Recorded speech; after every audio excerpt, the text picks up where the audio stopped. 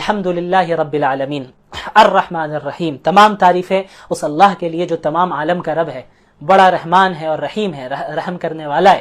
تو اس میں توحید داخل ہے کہ ایک اللہ کی عبادت کرنے کی طرف بلایا جا رہا ہے، ایک اللہ کی تعریف کرنے کی طرف بلایا جا رہا ہے۔ تو پورے قرآن میں جہاں توحید کی تفصیل موجود ہے، سورۃ الفاتحہ میں اس کا نچوڑ موجود ہے۔ یہ پہلی آیت میں توحید کی دعوت دی جا رہی ہے۔ توحید کسے کہتے ہیں؟ ایک اللہ کو ماننا، اللہ کی ذات میں بھی کسی کو شریک نہیں ٹھہرانا، اللہ کی صفات میں بھی کسی کو شریک نہیں ٹھہرانا۔ عبادت کے لائق بھی صرف اللہ ہے، دعا بھی اگر کسی سے مانگی جائے گی صرف اللہ سے مانگی جائے گی، عبادت بھی کسی کے سامنے کی جائے گی تو صرف اللہ سے کی جائے گی۔ جیسا کہ یہاں پہ ہے ایاک نعبد و ایاک نستعین، اس میں احکامات کا بھی بیان ہے کہ ہم آپ کی ہی عبادت کرتے ہیں اور آپ سے ہی مدد چاہتے ہیں۔ تو مدد کس سے چاہیں گے؟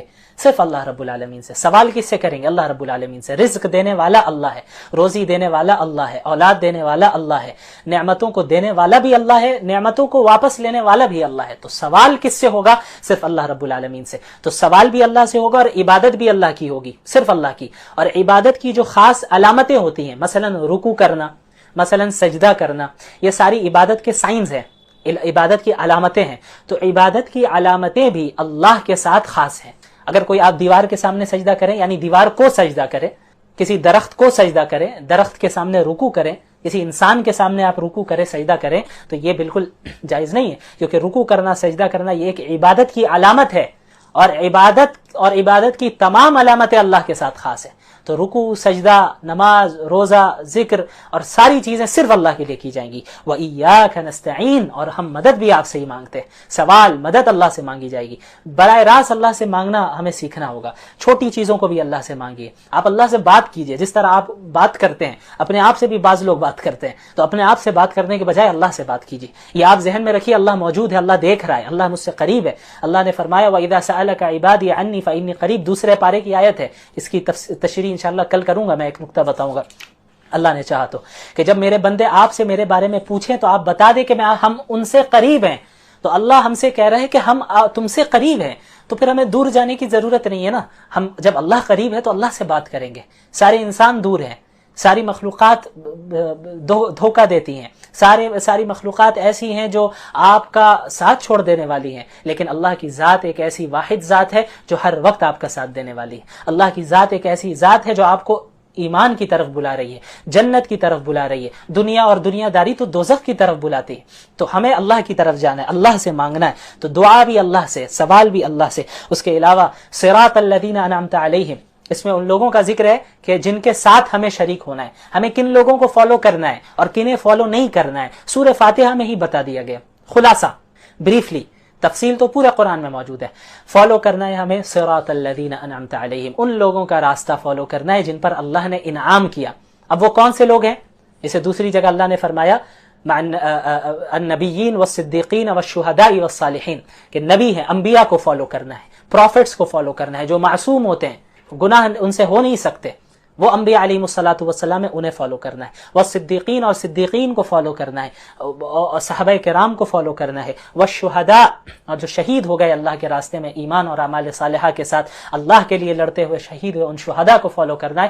والصالحین، اور نیک لوگوں کو فالو کرنا ہے، اچھے لوگوں کو فالو کرنا ہے، سلف صالحین کو فالو کرنا ہے، کہ ان حضرات وہ حضرات ہیں جو کتاب و سنت کے مطابق عمل کرتے ہیں، ہم انہی حضرات کے راستے کی طرف ہدایت کی دعا اللہ سے ہر نماز میں مانگتے ہیں، صراط الذین انعمت علیہم۔ اور کن لوگوں کے ساتھ نہیں ہونا ہے؟ غیر المغضوب علیہم ولا الضالین، ان لوگوں کا راستہ نہ دکھائیے یا اللہ، ہمیں ان لوگوں کو فالو نہیں کرنا ہے جو مغضوب ہے۔ مغضوب علیہم، مغضوب علیہم کا کیا مطلب ہوتا ہے؟ جن پر اللہ کا غضب نازل ہوا، جن پر اللہ کا غصہ نازل ہوا۔ یہ کون لوگ ہیں؟ مفسرین نے بتایا کہ یہود ہیں۔ تو یہود کیسے ہو گئے مغضوب علیہم؟ ان کے پاس علم موجود تھا، تورات کا علم تھا، تورات میں مذکور تھا کہ محمد رسول اللہ صلی اللہ علیہ وسلم آخری نبی آئیں گے، لیکن انہوں نے ریجیکٹ کر دیا، علم ہونے کے بعد بھی عمل نہیں کیا۔ تو جو لوگ علم ہونے کے باوجود اللہ کی نافرمانی کرتے ہیں، عمل نہیں کرتے، وہ مغضوب علیہم ہیں، ان پر اللہ کا غضب نازل ہوتا ہے۔ تو ہم سب پناہ چاہتے ہیں ایسے افراد میں ہم داخل نہ ہو، اور ولا الضالین، اور نہ ہی ہم ضالین میں ہونا چاہتے ہیں۔ ضالین کون ہے؟ جو لوگ گمراہ ہیں، سیدھے راستے سے بھٹکے ہوئے، یہ وہ لوگ ہیں جن کے پاس علم ہی نہیں ہے، علم کے بغیر عمل کرتے ہیں، اور ظاہر ہے جب علم کے بغیر عمل کیا جائے گا تو پھر بدعات داخل ہو جائیں گی، خرافات داخل ہو جائیں گی، اور آپ ادھر ادھر بھٹکنے لگیں گے، سیدھے راستے سے ہٹ جائیں گے. تو یہ ضالین ہے جن میں نصارہ کو مفسرین نے ذکر کیا ہے. تو نہ ہمیں ایسا بننا ہے کہ علم ہونے کے باوجود ہم عمل نہ کریں، اور نہ ایسا کرنا ہے کہ ہم اندھی تقلید کریں، بلائنڈلی فالو کریں کسی کو بھی. علم نہیں ہے بس جو کر رہا ہے ہم بھی کرنے لگ جائیں، یہ بھی نہیں. ہمیں کتاب و سنت اور سلف صالحین کو تھامے رکھنا ہے. بہرحال سورۃ الفاتحہ یہ بہت اہم سورت ہے، اس کا خلاصہ مختصراً میں نے بتا دیا. اس کے بعد سورۃ الفاتحہ کے بعد جس سورت کی ابتدا ہوتی ہے اسے سورۃ البقرہ کہتے ہیں. اب بقرہ کا مطلب کیا ہوا؟ ہم نے سب سنا ہے سورۃ البقرہ، سورۃ البقرہ. بقرہ کا مطلب کیا ہوتا ہے؟ دیکھیں بقرہ گائے کو کہتے ہیں، بقرہ گائے کو کہتے ہیں. تو اس سورت کو گائے کی سورت کیوں کہا جاتا ہے، گائے والی سورت کیوں کہا جاتا ہے؟ کیونکہ اس سورت میں بنی اسرائیل کا ایک خاص واقعہ ذکر کیا گیا ہے، جس واقعے کا گائے سے تعلق ہے، بقرہ سے تعلق ہے. تو اس مناسبت سے اس سورت کو سورۃ البقرہ کہا جاتا ہے. وہ واقعہ کیا ہے؟ اسی پارے میں ہے. وہ یہ ہے کہ حضرت موسیٰ علیہ السلام کے دور میں بنی اسرائیل میں ایک شخص کا قتل کر دیا جاتا ہے، یعنی ایک شخص کو قتل کر دیا جاتا ہے. اور کس نے قتل کیا، قاتل کون ہوتا ہے یہ معلوم نہیں چلتا ہے. تو بنی اسرائیل کے لوگ آتے ہیں اللہ کے نبی حضرت موسیٰ علیہ السلام کے پاس، اور آ کر عرض کرتے ہیں کہ اے موسیٰ علیہ السلام، ہمیں اس کے قاتل کا پتہ ہی نہیں چل رہا ہے کہ کس نے اسے قتل کر دیا ہے. آپ اللہ رب العالمین سے دعا کریں کہ ہمیں قاتل کا پتہ بتا دیں. تو حضرت موسیٰ علیہ السلام دعا کرتے ہیں. دعا کرنے کے بعد اللہ رب العالمین کی طرف سے حکم ہوتا ہے کہ ان سے کہو کہ ایک گائے کو ذبح کریں، اور پھر ذبح کرنے کے بعد اسی گائے کے ایک حصے سے اس مقتول کو، یعنی جو مر چکا ہے، جس کا قتل کیا گیا ہے، اس کے باڈی میں ٹچ کریں. تو اس سے ہوگا یہ کہ وہ انسان دوبارہ زندہ ہوگا اور یہ بتا دے گا کہ قاتل کون ہے، مجھے کس نے مارا، اور بتا کر پھر مر جائے گا. تو یہ ایک معجزہ تھا جسے حضرت موسیٰ علیہ السلام کے ذریعے صادر کروانا تھا اللہ رب العالمین کو. تو ایسا ہی ہوا. پھر پوری تفصیلات ہے، چونکہ یہ مجھے خلاصہ بیان کرنا ہے تو میں زیادہ ڈیٹیل میں نہیں جاؤں گا. بڑے آسانی سے ایسا نہیں ہوا انہوں نے ذبح کیا، جو بنی اسرائیل کی عادت ہے وہ عادت کیا تھی میں ابھی بتاتا ہوں آپ کو. تو ہوا یہ کہ ذبح کیا ان لوگوں نے آخر میں، اور پھر اس گائے کے ایک حصے سے اس مقتول کو ٹچ کیا اور وہ مقتول زندہ ہوا اور قاتل کا پتہ بتا دیا. تو یہ کرانے کا ایک یہ جو معجزہ تھا، اس کا ایک خاص مقصد بھی تھا اللہ رب العالمین کا. ایک مقصد تو بہت بڑا یہ تھا کہ بہت سے لوگ بنی اسرائیل میں ایسے تھے جو بعث بعد الموت کے قائل نہیں تھے، یعنی موت کے بعد ہم دوبارہ زندہ ہوں گے آخرت کے لیے، اس کا عقیدہ نہیں تھا ان کے یہاں. تو اللہ رب العالمین نے اس معجزے کے ذریعے انہیں دکھایا کہ دیکھو جس طرح اس گائے کو تم نے ذبح کر دیا تھا، یہ گائے مر چکی تھی، لیکن اس کے بعد اللہ نے اسے دوبارہ زندہ کیا، تو اسی طرح تم کو بھی زندہ کر دینا یہ کوئی بڑی بات نہیں ہے اللہ رب العالمین کے لیے. اللہ بڑی آسانی سے ایسا کر سکتا ہے. اس کے علاوہ بنی اسرائیل چونکہ بہت ایسی قوم تھی جو اللہ کی نعمتوں کی ناشکری کیا کرتی تھی. ہر جگہ اللہ رب العالمین، اور اس پارے میں تقریباً پہلے پارے میں بنی اسرائیل کا ہی ذکر ہے. وہ ان کی سب سے بڑی خرابی یہ تھی کہ اللہ کی نعمتوں کی ناشکری کیا کرتے تھے. دعویٰ تو تھا کہ ہم موسیٰ کے ماننے والے ہیں، ٹھیک ہمارے طرح، ہم اور آپ جیسے آج ہے ویسے ہی تھے. وہ ہم دعویٰ کرتے ہیں کہ ہم محمد الرسول اللہ کے فالوورز ہیں، لیکن جب عمل کرنے کا ٹائم آتا ہے تو رسول اللہ کی مخالفت کرتے ہیں، رسول اللہ کی سنتوں کو ہی ترک کرتے ہیں. ہم جیسا کرتے ہیں ویسے ہی وہ کرتے تھے. وہ مانتے تھے، حضرت موسیٰ کو سامنے کہتے تھے ٹھیک ہے آپ کے ساتھ ہم چل رہے ہیں، فرعون کے پاس سے بچ کر بھاگ رہے ہیں یہ لوگ حضرت موسیٰ علیہ السلام کے پاس کے ساتھ، آگے سمندر ہے، پیچھے اس کا لشکر موجود ہے فرعون کا. تو اب حضرت موسیٰ کو کہہ رہے بھائی کیا ہوا، خامخواہ آپ ہم کو لے کر آ گئے، اچھا تھا ہم غلامی ہی کر رہے تھے، وہی صحیح تھا، اب آگے سمندر ہے ہم کیسے جائیں گے. تو جب اپنا مطلب انہیں نظر آتا تو حضرت موسیٰ کی اتباع کرتے، لیکن جہاں اب تھوڑی سی فراخی آ جاتی اور دیکھتے ہیں کہ بھائی اب تو مسئلہ نہیں ہے تو حضرت موسیٰ کی ہی نافرمانی کرنے لگ جاتے تھے. اللہ تعالیٰ نے ان پر کتنی نعمتیں کی، فرعون سے بچایا، سمندر کو پھاڑ کر بیچ سے راستہ نکالا، آسمان سے من اور سلوہ نازل کیا، طرح طرح کی چیزیں نعمتیں ان کو دی، لیکن بار بار گمراہی میں جاتے یہ اپنی مرضی سے جاتے.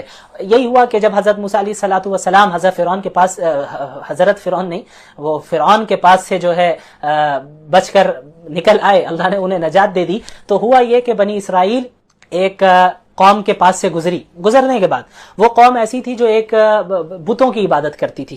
تو انہیں دیکھ کر مزہ آیا کہ ارے موسیٰ علیہ السلام یہ قوم تو جو ہے عبادت کر رہی ہے بتوں کی، تو آپ بھی ایک خدا بنا کے دیجئے نا، آپ بھی ایک بت ہمیں بنا کر دیجئے جس کی ہم عبادت کریں. تو حضرت موسیٰ بھی پریشانی، یار یہ کیسی جاہل قوم ہے کہ جن کو ہم نے اللہ کے پاس سے بچایا، اللہ رب العالمین کے فضل سے اللہ رب العالمین نے انہیں بچایا ظلم سے بچایا، فرعون کے ظلم سے بچایا، نجات دے دی توحید کی دعوت کی بنیاد پہ، توحید کے قائل ہونے کی بنیاد پہ، اور اس نے جو ہے بتوں کو دیکھ لیا اور پھر کہہ رہی ہے کہ یہ قوم کے اب بت ہمیں بھی بنا کر دے دیں. تو حضرت یہ آیت ہے اجعل لنا الہا کما لہم آلہہ. بہرحال تو ہوا یہ کہ حضرت موسیٰ علیہ الصلوۃ والسلام کو اللہ رب العالمین نے تورات دینے کے لیے کوہ طور پر بلایا تھا 40 راتوں کے لیے. اس کی تفصیل گزرے گی جب میں انشاءاللہ بتاؤں گا. تو ان دنوں میں ہوا یہ کہ یہ جو قوم تھی بنی اسرائیل، حضرت موسیٰ چونکہ موجود نہیں تھے وہاں پہ، تو انہوں نے کیا کیا کہ انہوں نے ایک بچڑا بنا لیا، یعنی ایک بچڑے کو معبود بنا لیا اپنا، ایک پتلا تھا بچڑے کا، اس کی عبادت کرنے لگ گئے. تو ان کے اندر گائے کی عظمت، تقدس کہیں نہ کہیں ان کے دل میں چھپی ہوئی تھی. تو اللہ رب العالمین نے مقتول کے قاتل کو پتہ لگوانے کے لیے گائے کو ذبح کرنے کا حکم جو دیا، اس میں جہاں بہت ساری حکمتیں تھیں، ان میں ایک یہ بھی حکمت تھی کہ جس کی عظمت، تقدس جس کا ان کے اندر بیٹھ چکا ہے، جنہیں وہ خدا سے ملاتے ہیں، تو انہیں احساس ہو کہ جب وہ ذبح کر رہے ہیں تو یہ چیز خدا یا یہ جانور خدا نہیں ہو سکتا. اللہ رب العالمین ہی ایک واحد ذات ہے، واحد خدا ہے. اور بھی کئی حکمتیں علماء نے بیان کی. تو اسی مناسبت سے اس سورت کو کیا کہا جاتا ہے؟ سورۃ البقرہ. اچھا، ابتدا ہوتی ہے سورت کی الف لام میم سے. الف لام میم کی حروف مقطعات میں سے ہے. حروف مقطعات کسے کہتے ہیں؟ آپ نے قرآن کی بہت سی سورتوں میں دیکھا ہوگا الف لام میم، الف لام را، ہا میم، نون، قاف، کاف، ہا یا عین صاد، یہ سارے آپ نے پڑھے ہوں گے حروف کو. تو ان حروف کو حروف مقطعات کہتے ہیں. مقطعات کا مطلب کیا ہوتا ہے؟ جو الگ الگ ہو، الگ الگ. تو الف لام میم یہ الگ الگ حرف ہیں. کاف، ہا یا عین صاد الگ الگ حرف ہیں، اس وجہ سے انہیں حروف مقطعات کہتے ہیں. اچھا، اس کی میننگ کیا ہے؟ یہ اس کا جو صحیح علم ہے وہ صرف اللہ رب العالمین کے پاس ہے، صرف اللہ رب العالمین کے پاس ہے. لیکن اس کو اللہ نے ذکر کیا کیوں؟ اس کے پیچھے بہت سی حکمتیں علماء کرام نے بیان کی ہے، جن میں سے ایک بہت بڑی حکمت یہ بھی ہے، میننگ نہیں، حکمت. میننگ تو اللہ کو معلوم ہے، حکمت ایک بہت بڑی یہ بھی ہے کہ چونکہ قرآن نے چیلنج دیا کفار کو کہ اگر آپ اللہ کے نبی کو سچا نبی نہیں مان رہے اور آپ اس کلام کو کلام اللہ نہیں مان رہے، تو آپ اس جیسی کتاب لا کر دکھائیے. جب آپ اس کتاب کا انکار کر رہے ہیں اور کہہ رہے ہیں کہ یہ محمد کا اپنا کلام ہے، علیہ باللہ، محمد رسول اللہ صلی اللہ علیہ وسلم کا اپنا کلام ہے، آپ کا یہ دعویٰ ہے، تو آپ اس جیسا کلام لا کر دکھائیے، ایک سورت اس جیسا لا کر دکھائیے آپ. تو الف لام میم، کاف، ہا یا عین صاد، ان حروف مقطعات کے ذریعے ایک حکمت اس کے پیچھے یہ بھی ہے کہ اللہ رب العالمین نے یہ بھی پیغام دیا کہ دیکھو یہ وہی حروف ہیں، الف سے لے کے یا تک وہی حروف ہیں، الف لام میم کاف ہا یا عین صاد، یہ الفابیٹس میں سے ہی ہے، عربک الفابیٹس میں سے ہی ہے. یہ وہی حروف ہیں جن کو استعمال کر کے تم بھی بات کرتے ہو، جن کو استعمال کر کے تم بھی اپنا کلام بناتے ہو. تو قرآن کریم بھی انہی حروف میں، کوئی الگ سے حروف استعمال نہیں کیے گئے، یہی الف سے لے کے یا تک کو استعمال کیا گیا. انہی حروف کا استعمال کرنے کے باوجود قرآن کریم فصاحت اور بلاغت میں اور اپنے کلام کے اعتبار سے، اپنے معنی کے اعتبار سے اتنے بلند مقام پر ہے کہ اس جیسا کلام کوئی پیش نہیں کر سکتا. تو تم بھی تو انہی حروف کو استعمال کرتے ہو نا. اگر تم کہتے ہو کہ یہ قرآن اللہ کا کلام نہیں ہے تو اس جیسی صورت استعمال کر کے بنا کر لاؤ انہی حروف کو استعمال کر کے. تو یہ بھی ایک بہت بڑی حکمت ہے ان حروف مقطعات کی. بہرحال سورۃ البقرہ کی ابتدا ہوتی ہے تو شروع میں انسانوں کی 3 قسمیں بیان کی گئی. پہلی قسم انسانوں کی ہے مومنین کی. 3 گروہ ہے، 3 گروپس ہے، ان کا ذکر ہے. پہلا گروہ ہے مومنین کا، پہلا گروہ ہے مومنین کا، اور دوسرا گروہ ہے کافرین کا، اور تیسرا گروہ ہے منافقین کا. تو پہلے مومنین کا ذکر ہوتا ہے، پھر کفار کا ذکر ہوتا ہے، پھر منافقین کا. مومنین کی خاص صفات کو گنایا اللہ نے. الذین یؤمنون بالغیب، مومنین وہ ہیں، متقین وہ ہیں جو غیب پر ایمان لاتے ہیں. غیب پر ایمان لانے کا کیا مطلب؟ غیب کسے کہتے ہیں؟ غیب ہر اس چیز کو کہتے ہیں جو آپ اپنے سینس آرگنز کے ذریعے اور اپنی عقل، محض عقل کے ذریعے اس چیز کا نالج حاصل نہیں کر سکتے. مثلا آخرت، مثلا جنت، مثلا جہنم، یہ ساری ایسی چیزیں ہیں، یا زندگی کے بعد، موت کے بعد دوبارہ زندگی، یہ ساری ایسی چیزیں ہیں جو غیب ہیں، غیب کی چیز ہے، جنہیں ہم اپنے سینس آرگنز کے ذریعے تو نہیں چھو سکتے، دیکھ سکتے کہ بھئی یہاں جنت دکھ رہی ہو مجھے. تو اللہ رب العالمین نے محمد رسول اللہ صلی اللہ علیہ وسلم کے ذریعے انسانیت کو غیب کی چیزوں کے متعلق جو بھی خبریں دی ہیں ان پر ایمان لانا، بغیر دیکھے ایمان لانا، یہ ایمان کی شرط ہے. مومنین وہ ہے کہ اللہ کے نبی نے کہا ہے بس ہم ایمان لاتے ہیں. رسول اللہ کی صحیح قول، صحیح حدیث موجود ہے، آپ نے غیب کے متعلق یہ خبر دی ہے، تو اب میری عقل بظاہر مجھے لگ رہا ہو کہ میری عقل کو سمجھ میں نہیں آ رہا ہے، یہ بات سمجھ میں نہیں آ رہا ہے، یہ بات سمجھ میں آ نہیں رہی ہے عقل کو، میری عقل کو. تو ہمیں یہ نہیں کرنا ہے کہ بھائی اللہ کے نبی صلی اللہ علیہ وسلم نے کہا ہے تو پتہ نہیں صحیح بھی کہا ہے نہیں بھی کہا ہے. تو یہ ایمانی کیسا؟ یعنی ایمان تو یہ تھا کہ آپ نے محمد رسول اللہ صلی اللہ علیہ وسلم کو سچا نبی تسلیم کیا ہے، تو رسول اللہ صلی اللہ علیہ وسلم کو جب سچا نبی آپ نے تسلیم کر لیا ہے تو ہر چیز پر ایمان لانا ہے۔ اس کے علاوہ نماز قائم کرتے ہیں، نماز ادا کرنے نہیں کہا بلکہ کہا نماز قائم کرتے ہیں وہ مومنین۔ قائم کرنے کا مطلب کیا ہوتا ہے کہ نماز کو تمام آداب، فرائض، واجبات، سنن و مستحبات، خشوع خضوع، تمام چیزوں کا لحاظ رکھ کر جب نماز ادا کی جائے تو اس کو اقامت الصلاۃ کہتے ہیں۔ تو یہ مومنین وہ ہیں جو نماز کو قائم کرتے ہیں۔ تیسری چیز زکوٰۃ ادا کرتے ہیں، اپنے مال سے خرچ کرتے ہیں، اللہ کے راستے میں غریبوں پہ خرچ کرتے ہیں۔ تو یہ وہ اوصاف ہیں جن پر جو ہے ایک مومنین کو کیا ہے متصف ہونا چاہیے، اور پچھلی کتابوں پر بھی ایمان لاتے ہیں، قرآن پر بھی ایمان لاتے ہیں، اور آخرت پر بھی ایمان رکھتے ہیں۔ اس کے بعد کفار کا ذکر ہوتا ہے کہ بھائی جو کفار ہیں وہ تو ہٹ درمی میں انکار کر رہے ہیں، وہ تو مان ہی نہیں رہے، تو پھر اللہ رب العالمین نے اللہ کے نبی کو بتا دیا صلی اللہ علیہ وسلم کہ آپ ان کے پیچھے جتنی کوشش کر رہے ہیں، آپ صلی اللہ علیہ وسلم پریشان ہوتے تھے کہ کفار بھی ایمان لے آئے، وہ بھی بچ جائیں، وہ بھی جنت میں جائیں، وہ جہنم کی آگ سے بچ جائے، آپ کو فکر تھی، آپ بہت پریشان ہوتے تھے۔ تو اللہ نے فرمایا سواء علیہم اانذرتہم ام لم تنذرہم لا یؤمنون، کہ یہ ان کے لیے برابر ہے، آپ ان کو اللہ کے عذاب سے ڈرائیں یا نہ ڈرائیں، وہ ایمان نہیں لانے والے ہیں، وہ ایمان نہیں لانے والے ہیں۔ تو ان کے بدعمالیوں کے نتیجے میں، ان کے غلط عقائد اور غلط کردار اور غلط حرکتوں کے نتیجے میں ان کو دنیاوی سزا ہی یہ ملی ہے کہ ان کے دلوں پر، ان کے کانوں پر مہر لگ چکی ہے اور آنکھوں پر پردہ پڑ چکا ہے، تو حق کو وہ قبول نہیں کر سکتے۔ اپنی آنکھوں سے دکھ تو رہا ہے، حق بات سن تو رہے ہیں، لیکن حق کو وہ قبول نہیں کریں گے۔ تو یہ کفار کا ہے، تو ان کے لیے اللہ نے عذاب کا وعدہ کیا ہے۔ اس کے بعد پھر منافقین کا ذکر ہوتا ہے اور کثرت سے ان کے برے اوصاف کو، ان کی صفات کو بیان کیا جاتا ہے۔ منافق کسے کہتے ہیں؟ منافق وہ شخص ہوتا ہے جو اپنے دل میں کفر کو چھپا رہا ہو، اندر سے ہے کافر، اندر سے اللہ اور اس کے رسول پر ایمان نہیں رکھتا، اندر سے مسلمان نہیں ہے، لیکن مسلمانوں کے سامنے وہ مسلمان بنتا ہے کہ بھائی ہم بھی مسلمان ہیں، ہم بھی اللہ کو مانتے ہیں، اللہ کے رسول کو مانتے ہیں، سازش کرنے کی بنیاد پہ، تاکہ سازش کرے اور مسلمانوں کے سامنے اپنا بنے اور پھر کفار کے سامنے پیچھے جا کر سازش کرے۔ تو ان کے برے اعمال کا اور ان کے بری حرکتوں اور بری صفات کا ذکر کیا گیا۔ دھوکہ دیتے ہیں، جھوٹ بولتے ہیں، زمین میں فساد پھیلاتے ہیں، قلبی دلی بیماریوں میں مبتلا ہے، حسد، کینہ، تکبر، اللہ کے احکامات اور دین کا مذاق اڑاتے ہیں۔ کتنے آج بھی لوگ ہیں اللہ کے رسول کا علیاذ باللہ مذاق اڑاتے ہیں، مسلمانوں کا مذاق اڑاتے ہیں، ارے مسلمان سارے بیکورڈ ہیں اور مسلمان یہ ہے تو وہ ہے۔ تو ہمیں گھبرانے کی ضرورت نہیں ہے، مایوس نہیں ہونا ہے، ہمیں اس دنیا میں صبر کرنا ہے، آخرت ہمارے لیے ہے۔ وَسَيَعْلَمُ الْكُفَّارُ لِمَنْ عُقْبَى الدَّارِ، کفار ان قریب جان جائیں گے کہ آخرت کا اچھا انجام کن کا ہے۔ دنیا میں تو مذاق اڑاتے آئے مسلمانوں کا، لیکن اب جب موت آئے گی تو سمجھ میں آ جائے گا کہ مومنین حق پر تھے اور ان کو اچھا انجام ان کا ہونے والا ہے یا ان کفار کا ہونے والا ہے۔ بہرحال مذاق اڑایا کرتے ہیں، تمسخر کرتے ہیں اور اللہ کے احکامات کو بھی اس کی تردید کرتے ہیں۔ اس کے بعد اس صورت میں، اس پارے میں حضرت آدم علیہ السلام کی تخلیق کا ذکر ہے۔ اب مختصر سا میں ذکر کروں گا، انشاءاللہ اب اس کو ختم کرنا ہے۔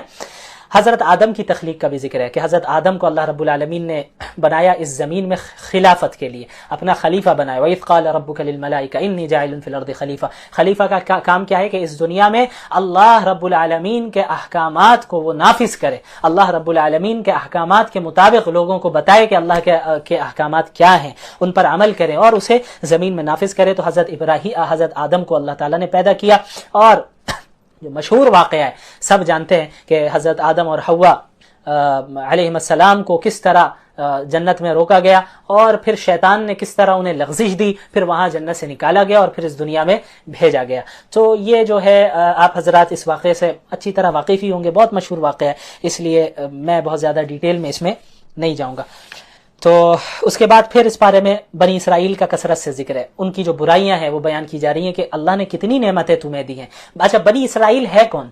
بنی اسرائیل حضرت یعقوب کی اولاد سے ہیں۔ دیکھیں، حضرت ابراہیم کے بیٹے تھے، حضرت اسماعیل بھی حضرت ابراہیم کے بیٹے تھے، حضرت اسحاق بھی حضرت ابراہیم کے بیٹے تھے۔ تو ایک نسل چلتی ہے حضرت اسماعیل سے، حضرت ابراہیم کی ایک نسل حضرت اسماعیل سے چلتی ہے، اور حضرت ابراہیم کی دوسری نسل حضرت اسحاق سے چلتی ہے، ٹھیک ہے۔ تو حضرت اسحاق کے بعد جو ان کے بیٹے ہیں حضرت یعقوب ہے، ان کی کنیت تھی اسرائیل، یعنی اللہ کا بندہ اسرائیل۔ تو حضرت اسحاق کی جانب سے جو نسل چلی ہے حضرت یعقوب، پھر اولاد یعقوب، تو اس نسل میں جتنے لوگ آئے انہیں بنی اسرائیل کہا جاتا ہے۔ تو اسی میں تمام انبیاء آئے، آتے رہے، کثرت کے ساتھ. اچھا حضرت ابراہیم کے بعد جو حضرت اسماعیل ہیں ان کی جو نسل چلی تو حضرت اسماعیل کے بعد اور کوئی نبی نہیں آئے, آخر میں ڈائریکٹ محمد الرسول اللہ صلی اللہ علیہ وسلم آئے. تو محمد الرسول اللہ صلی اللہ علیہ وسلم حضرت اسماعیل کی نسل سے تھے. تو یہ حضرت اسحاق کی جو نسل چلی, حضرت اسحاق پھر یعقوب اور پھر نیچے جو نسل چلی, انہیں بنی اسرائیل کہتے ہیں. تو ان میں کثرت سے اللہ تعالیٰ نے انبیاء کو بھیجا ہے. تو ان پر اتنی نعمتیں کی, اس کے باوجود اللہ کی نافرمانی کرتے.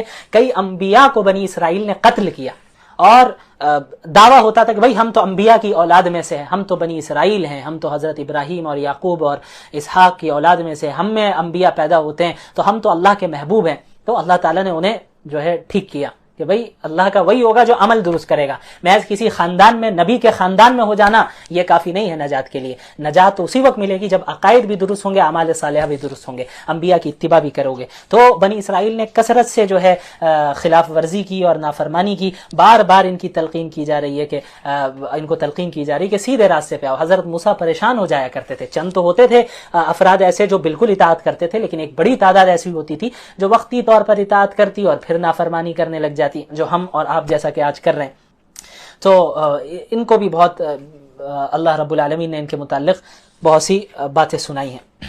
اس کے بعد ایک بہت ہی اہم بات, چونکہ ان کا ایک بہت بڑا جرم یہ بھی تھا کہ یہ تحریف کرتے تھے. تحریف کسے کہتے ہیں کہ تبدیل کر دینا. اللہ کی کتاب میں تورات میں انہوں نے تبدیلی کی. اللہ نے آیت نازل کی ہے کچھ اور یہ بیان کر رہے ہیں کچھ کہ بھئی یہاں تورات میں یہ لکھا ہے, حالانکہ ایسا نہیں لکھا.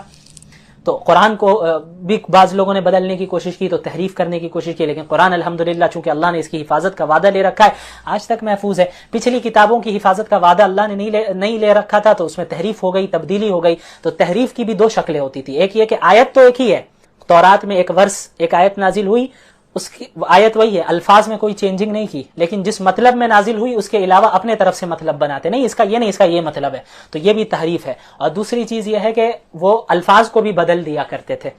تو آج جو ہمارے پاس تورات موجود ہے, انجیل موجود ہے, بائبل موجود ہے, تو وہ اپنی اصل صورت میں نہیں ہے, اس میں تبدیلیاں آ چکی ہیں. تو یہ تحریف بھی بہت بڑا جرم تھا. تو یہ بھی وہ کیا کرتے تھے. اس کے بعد پھر وہی اس کا ذکر ہے بقرہ کا, جو میں نے پہلے ہی بتا دیا.